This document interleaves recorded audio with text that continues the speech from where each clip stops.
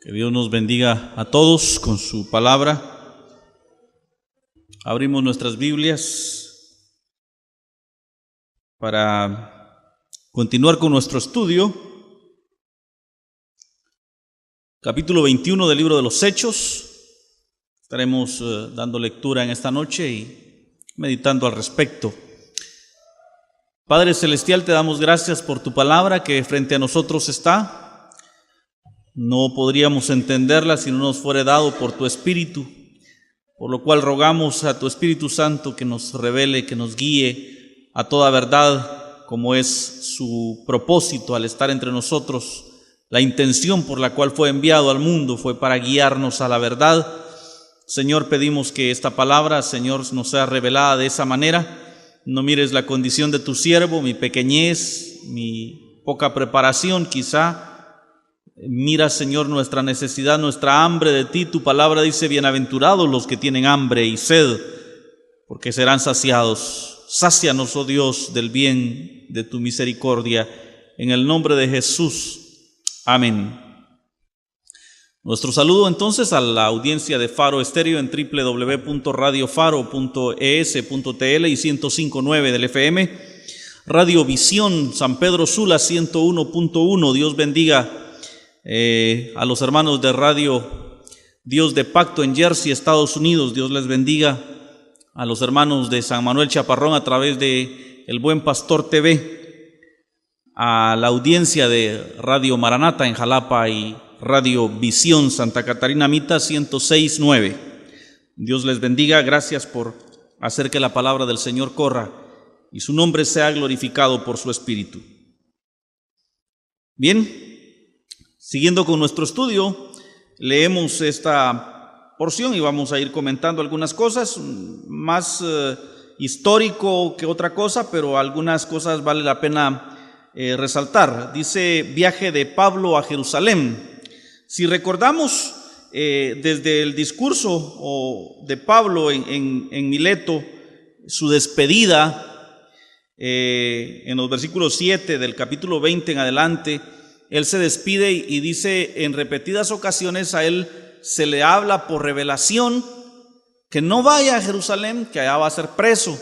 Y él neciamente dice: de ninguna cosa hago caso, estimo como poco valiosa mi vida para mí mismo, con tal que vaya y acabe el propósito, que lleve hasta Jerusalén este mensaje. Él tenía la convicción de que Dios lo llevaba a dar ese mensaje, y aún así le costara la vida, no iba a dejar de predicar este evangelio en Jerusalén. Dice, versículo primero, capítulo 21, después de separarnos de ellos, zarpamos y fuimos con rumbo directo a Cos, y al día siguiente a Rodas, y de allí a Pátara. Y hallando un barco que pasaba a Fenicia, nos embarcamos y zarpamos. Al avistar Chipre, dejándola a mano izquierda, navegamos a Siria y arribamos a Tiro, porque el barco había de descargar allí. Y hallados los discípulos, nos quedamos ahí 7 días, y ellos decían a Pablo por el Espíritu que no subiese a Jerusalén. Cumplidos aquellos días, salimos acompañándonos todos, con sus mujeres e hijos, hasta fuera de la ciudad, y puestos de rodillas en la playa oramos, y abrazándonos los unos a los otros subimos al barco, y ellos se volvieron a sus casas. Dice que como al llegar a Tiro, el barco va a hacer una descarga de mercadería en ese lugar, y se encuentran a los discípulos. Dice, habían cristianos en Tiro también. Y para ellos es una gran bendición encontrarse con Pablo y los que le acompañaban, y se quedan 7 días con ellos y luego se despiden. Pasados esos 7 días en la playa, dice, de rodillas. Yo imagino, hace poquito tuvimos la bendición de estar en la playa, y qué maravilloso ver la gracia del Señor manifiesta en la naturaleza. Y estos hermanos allí doblan sus rodillas, se abrazan y se despiden para continuar con el viaje. Y nosotros completamos la navegación saliendo de Tiro, versículo 7, y arribando a Tolemaída, Y habiendo saludado a los hermanos, también ahí habían hermanos, nos quedamos con ellos un día, ahora solo es un día. Al otro día, saliendo Pablo y los que con él estábamos, fuimos a Cesarea, y entrado en casa de Felipe, el evangelista, que era uno de los 7, posamos con él. Solo quiero ir señalando algunas cositas. Una de ellas es el hecho que le insisten a Pablo que no vaya a Jerusalén, que ahí va a tener problemas. Si lee el versículo 4, dice: y ellos decían a Pablo por el Espíritu que no subiese a Jerusalén. En el versículo 8 hallamos a un Felipe, evangelista, que era uno de los 7. ¿Cuáles 7? En el capítulo 6, versículo 5, encontramos que se eligen 7 diáconos para la administración de la iglesia. Y este Felipe estaba ahí. Y posamos con él, dice. Se reunieron con Felipe. Este Felipe tenía 4 hijas, doncellas, que profetizaban. Y permaneciendo nosotros ahí algunos días, descendió de Judea un profeta llamado Ágabo, quien viniendo a vernos tomó el cinto de Pablo y atándose los pies y las manos dijo: esto dice el Espíritu Santo, así atarán los judíos en Jerusalén al varón de quien es este cinto y le entregarán en manos de los gentiles. Una vez más se le profetiza a Pablo que va a ser puesto en la cárcel. Y él, oiga lo que dice Pablo: al oír esto, le rogamos nosotros, los que le acompañábamos, y los de aquel lugar, que no fuese a Jerusalén, que no subiese a Jerusalén. Entonces Pablo responde: ¿qué hacéis llorando y quebrantándome el corazón? Porque yo estoy dispuesto no solo a ser atado, mas aún a morir en Jerusalén por el nombre del Señor Jesús. Mire, hoy se da cualquier intimidación de cualquier tipo de índole y la gente deja de predicar el evangelio, o predican un evangelio a la conveniencia, un evangelio suavecito. ¿Se recuerda usted de los angelitos que comíamos, los marshmallows le llaman hoy, va? Palabrotas esas. Así suavecito y rico quieren el evangelio ahora. Y cuando el evangelio se predica fuerte, tal como está escrito, a la gente no le gusta. Y a los predicadores se les desprecia, se les persigue, se les injuria, se les señala. Y entonces, para que la gente me aplauda, me quiera y me dé ofrendas, voy a predicarle lo que la gente quiere oír. Pablo estaba decidido a ir a Jerusalén, sabiendo que Jerusalén era el lugar más duro, más difícil. ¿Por qué más difícil y más duro? Porque ahí estaba el templo y la adoración judaica, la adoración según la ley de Moisés. Y él venía predicando un evangelio distinto. Al día de hoy todavía hay gente que pelea por si guardar o no guardar la ley. Y ese era el problema del apóstol Pablo. Predicar un evangelio donde uno se salva por creer en Jesucristo, no por hacer obras. No por hacer o dejar de hacer, sino por creer en Jesucristo. Y entonces a los judíos no les parecía que un evangelio tan fácil, pues una salvación tan fácil. Y le digo, es tan fácil, que cualquiera puede ser salvo. Tan difícil, que solo Cristo pudo hacerlo por nosotros. Ese es el misterio del evangelio. Pero a muchos no les gusta. A la gente no le gusta. Mire, a la gente le gusta que le cueste. Y van a esa iglesia donde les exigen, donde les intiman, donde si usted no da los diezmos, donde si usted no llega a tiempo, donde usted tiene que sacarse el chicle de la boca y dejar el teléfono en un parqueo allá afuera porque dice que no puede entrar con teléfono a la iglesia, que tiene que vestirse con su falda hasta el ojo del pie, con la camisa abotonada hasta el último botón. Y a la gente le gusta eso. Es que ahí sí, porque somos muy estrictos, dice, pensando que con eso van a agradar más a Dios, cuando lo que agrada a Dios es que confiemos en su Hijo Jesucristo. Este es mi Hijo amado, a Él oigan, dijo cuando estaba en el monte de la transfiguración. Mire, y cuando es bautizado dice: este es mi Hijo amado, cuyo sacrificio me satisface, dice. O sea, cualquier sacrificio que usted haga de vestirse, de ponerse, de quitarle, de dar, no sirve de nada, porque lo único que satisfizo las demandas de un Dios santo fue el sacrificio de su Hijo. Nada de lo que usted o yo podamos hacer va a cambiar en nada la situación. Por eso quiso Él que su Hijo muriera en la cruz del Calvario, para que ya la salvación no tuviera su enfoque en el hombre, sino en Jesús.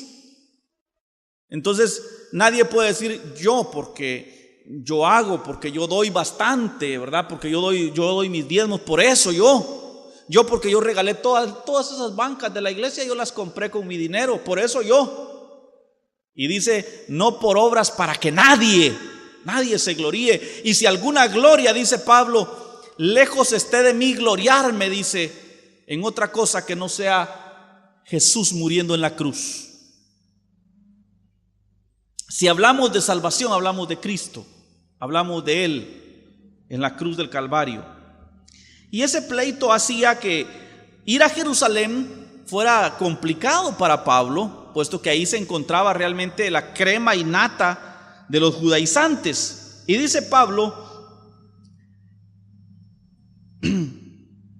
porque yo estoy dispuesto no solo a ser atado, mas aún a morir en Jerusalén, para presentarles a Cristo Jesús, para decirles que no es por la ley. Si la ley hubiera salvado a los hombres, ¿para qué iba a venir Cristo? Si Moisés y los profetas eran suficientes, ¿y para qué mandar a Cristo? Pero hacía falta el sacrificio del Cordero Santo de Dios para que el ser humano fuera salvo. Y entonces viene Jesús, muere por los pecadores, y Pablo se enorgullece en decir, no me importa que me maten con tal de decirles que sus obras, que sus sacrificios, que sus fiestas solemnes no salvan a nadie, que tienen que conocer y recibir a Cristo. Y como no le pudimos persuadir, desistimos diciendo, hágase la voluntad del Señor.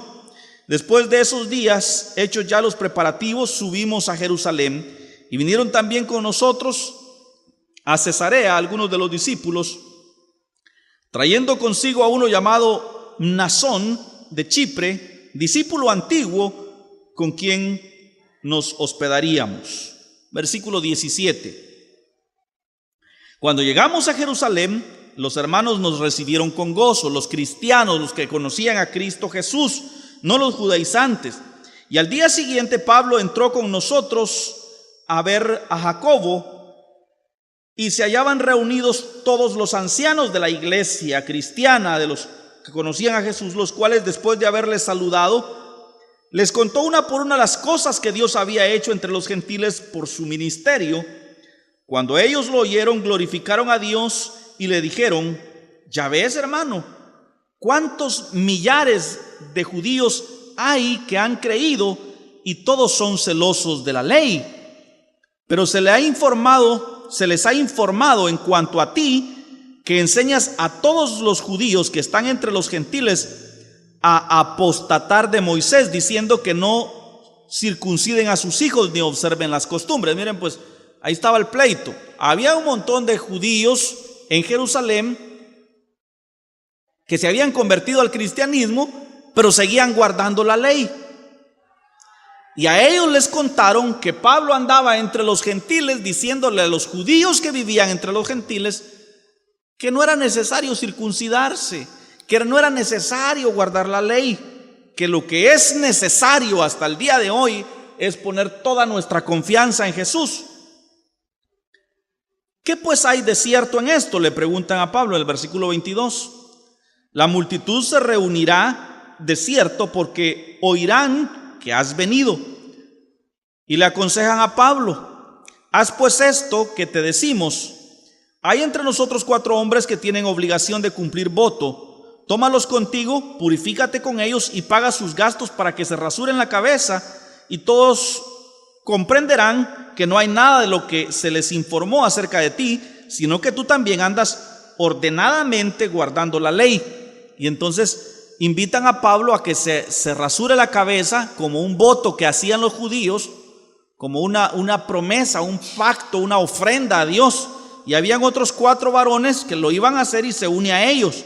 Y dice que Pablo consiente en esto con tal de evitar que de alguna manera los judíos hicieran problema en cuanto al camino de Dios y la predicación del evangelio. Versículo 25. Pero en cuanto a los gentiles que han creído, mire pues, y aquí está la apertura de la que estoy hablando. Pero en cuanto a los gentiles que han creído, nosotros, la iglesia, les hemos escrito determinando que no guarden nada de la ley, solamente que se abstengan de lo sacrificado a los ídolos, de sangre de ahogado y de fornicación. Esa es la iglesia cristiana en Jerusalén. Entendía el mensaje de Jesucristo, sabían que no era necesario guardar la ley, sin embargo la guardaban simple y sencillamente para no contender con los judaizantes. Y le escriben a los hermanos entre los gentiles que no se preocupen de guardar la ley, que simplemente tengan cuidado de estas 3 cosas: de lo sacrificado a los ídolos, de sangre de ahogado y de fornicación. Y eso lo explicamos en algún estudio anterior. Entonces Pablo, versículo 26, tomó consigo a aquellos hombres y al día siguiente, habiéndose purificado con ellos, entró en el templo para anunciar el cumplimiento de los días de su purificación, cuando había de presentarse la ofrenda por cada uno de ellos. Hacían el pacto, se rapaban y después de cierto periodo de tiempo de haberse rapado se presentaban al templo y ofrecían una ofrenda que significaba el ser purificados delante de Dios. Pero cuando estaban para cumplirse los 7 días, unos judíos de Asia, al verle en el templo, alborotaron a toda la multitud y le echaron mano, dando voces: varones israelitas, ayúdennos, este es el hombre que por todas partes enseña a todos contra el pueblo, contra la ley y contra el templo. Y además de esto, han metido a griegos en el templo y ha profanado este santo lugar, porque antes habían visto con Pablo en la ciudad a Trófimo de Éfeso, a quien ellos pensaban que Pablo había metido en el templo. Y ahí encuentran motivo para acusarle, para levantar una turba de gente en contra de Pablo. Hoy se está poniendo de moda eso. Hasta aquí en monjas quieren linchar gente ya. Se justifica en que los jueces no hacen justicia, en que los policías no cumplen con su función. Al final de cuentas, este tipo de alborozos se daban desde tiempos bíblicos. Los verdaderos cristianos nos mantenemos ajenos a esas burucas. Así que toda la ciudad se conmovió y se agolpó el pueblo, y apoderándose de Pablo, le arrastraron fuera del templo e inmediatamente cerraron las puertas. Y procurando ellos matarle, miren los hermanos judaizantes, eran asesinos también. No falta quien quiera matarnos por predicar el evangelio como es. Se le avisó a la autoridad, al tribuno de la compañía, que toda la ciudad de Jerusalén estaba alborotada.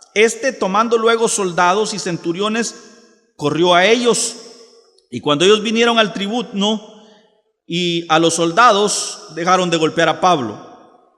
Entonces, llegando el tribuno, le prendió y le mandó atar con 2 cadenas y preguntó quién era y qué había hecho. Pero entre la multitud unos gritaban una cosa y otros otra cosa, y como no podía entender nada de cierto a causa del alboroto, le mandó llevar a la fortaleza. Al llegar a las gradas, aconteció que era llevado en peso por los soldados a causa de la violencia de la multitud, porque la muchedumbre del pueblo venía detrás gritando: ¡muera! ¡Muera! Luego encontramos la defensa de Pablo. La historia es un tanto larga. Vamos únicamente a llegar al versículo 5 del capítulo 22. Cuando comenzaron a meter a Pablo en la fortaleza, dijo al tribuno: ¿se me permite decir algo? Y él dijo: ¿sabes griego? ¿no eres tú aquel egipcio que levantó una sedición antes de estos días y sacó al desierto los 4,000 sicarios? Entonces dijo Pablo: yo de cierto soy hombre judío de Tarso, ciudadano de una ciudad no insignificante de Cilicia, pero te ruego que me permitas hablar al pueblo. Y cuando él se lo permitió, Pablo, estando en pie en las gradas, hizo señal con la mano al pueblo, y hecho gran silencio, habló en lengua hebrea, diciendo: varones hermanos y padres, oíd ahora mi defensa ante vosotros. Y al oír que les hablaba en lengua hebrea, guardaron más silencio. Y él les dijo: yo de cierto soy judío, nacido en Tarso de Cilicia, pero criado en esta ciudad, instruido a los pies de Gamaliel, estrictamente conforme a la ley de nuestros padres, celoso de Dios, como hoy lo sois todos vosotros.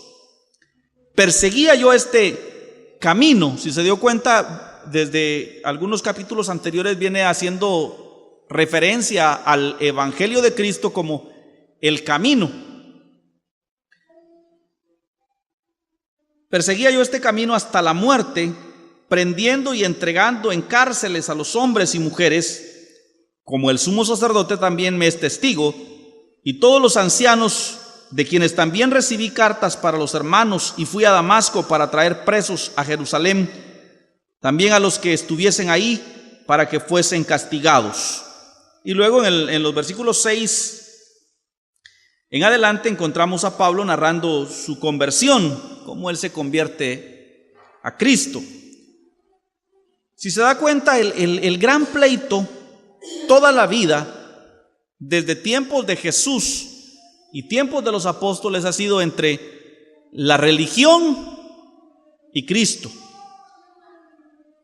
Y que en el tiempo de Jesús llegaron a reclamarle a Jesús por qué sus discípulos no se lavaban las manos para comer. Porque según la religión judía había que lavarse las manos religiosamente, no solo por hongos, virus, bacterias o parásitos. Había que lavarse las manos porque si uno no se lavaba las manos para comer era pecado para ellos. Se ganaba el infierno uno por no lavarse las manos. Y llegaron a reclamarle a Jesús por qué sus discípulos no se lavaban las manos. Y Jesús les dijo: lo que va para adentro no contamina. Lo que sale es lo que contamina, porque es lo que está en el corazón. Porque de ahí salen las malas intenciones, los malos deseos, los insultos, las envidias, los pleitos. Del corazón salen. Y ya cuando alguien le hace una cara así larga a uno es porque aquí adentro la lleva. Entonces, ese pleito entre la religión y Cristo Jesús ha prevalecido hasta el día de hoy. En tiempos de Pablo vemos que Pablo es puesto preso, es aprendido por los judíos por enseñarle a la gente que nadie se salva por obras de la ley, sino por creer en Cristo Jesús. O sea, otra vez el mismo pleito. En nuestros días, ese es el pleito con el hijo de don Rufino, que yo he predicado y predico y voy a seguir predicando hasta que Dios me lo permita, que la salvación no es por dar diezmos, por hacer sacrificios, penitencias, ayunos, pagar indulgencias, dar primicias, hacer ofrendas. Lo que sea que usted haga no le salva. Nada de lo que usted puede ser el hombre o la mujer más millonario o millonaria del mundo y regalar todos sus bienes y darle de comer a los pobres, que eso no lo salva. Usted necesita el amor de Dios en su corazón. Es a Cristo Jesús a quien tenemos que ver.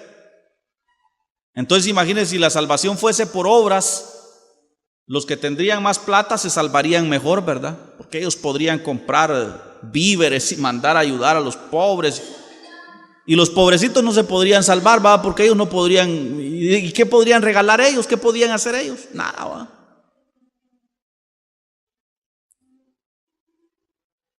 Y entonces dirían: bravo para el señor Jimmy Morales, que ha regalado la mitad de su sueldo para los pobres. Así es como se salvan los hombres. Bravo, hurra, hip, hip, hurra. ¿Sabe qué? Como la salvación no es de los hombres, ahora todos tenemos que decir: bendito sea Cristo. Él fue el que murió por nosotros. Bendita su sangre derramada. Él es el que salva a los hombres. Su sacrificio es perfecto. Ya no hay que aplaudirle a Jimmy, hay que aplaudirle a Cristo. Esa es la diferencia de este evangelio que predicamos. Hasta el día de hoy se persigue este evangelio. Y les decía hace rato, a la gente le gusta que le impongan reglas y que le digan que tiene que sacrificarse y que tiene que... El lunes todos los quiero todos en ayuno, dice el pastor. Y no saben ni por qué, ni para qué. Pero como el pastor dijo, ahí vamos todos a aguantar hambre. Porque eso es aguantar hambre. No estoy en contra del ayuno, estoy en contra de que le digan a uno cuándo y cómo. Que se establezcan ese tipo de reglas cuando al final de cuentas es Cristo el que nos guía hacia toda verdad mediante su Espíritu Santo. Hoy los quiero a todos en ayuno, dice el pastor, y todo el mundo en ayuno. No es así. Usted tiene una relación personal con Jesucristo, ¿o no? Amén. Y cuando digo personal, no hay intermediarios. Por ahí hay una calcomanía que dice a Jesús por María. Dice. Ni por María, ni por San Cash Luna, ni por nadie. A Jesús se llega mediante la iluminación de su Espíritu Santo. Nosotros aquí predicamos el evangelio únicamente como instrumento suyo para que usted de alguna manera tenga la oportunidad de acercarse a él mediante la palabra, pero nada podemos hacer nosotros si el Espíritu Santo de Dios no obra en su vida, si no es el Espíritu que habla a su corazón. Yo quiero recalcar una vez más, no es por obras, es por gracia. Para que todos los aplausos sean de Cristo. En Él fijemos nuestra esperanza, en Él pongamos nuestra mirada. Él es el único. Y mira el carácter de Pablo. Pablo sabía que lo iban a poner preso en Jerusalén, pero él dice: yo voy, aún así me maten. Es necesario que alguien les diga que la salvación no es por obras. Aún así me odien, me aborrezcan, digan de mí lo que quieran, voy a seguir predicando y diciéndoles que la salvación no es por obras, es por gracia. Señor Jesús, cumple tu propósito en mí, cumple tu propósito a través de tu palabra. Señor, que al oírla, nuestros radioescuchas y televidentes, luz les sea iluminada por tu Espíritu para entender que no es una religión con métodos, con sistemas, con medidas, con parámetros hasta dónde llegar, con condiciones, con códigos de vestuario. Es un simple acto de fe, de mirar hacia la cruz. Por eso dice San Juan 3:16, para que todo aquel que en Él crea no se pierda, sino que tenga vida eterna. Nuestro mensaje es: crea en Cristo. Padre, que ese mensaje haya cabida en el corazón de nuestros escuchas y tu palabra sea glorificada al poner ellos su confianza en ti, no en sus obras. En el nombre de Jesús. Amén.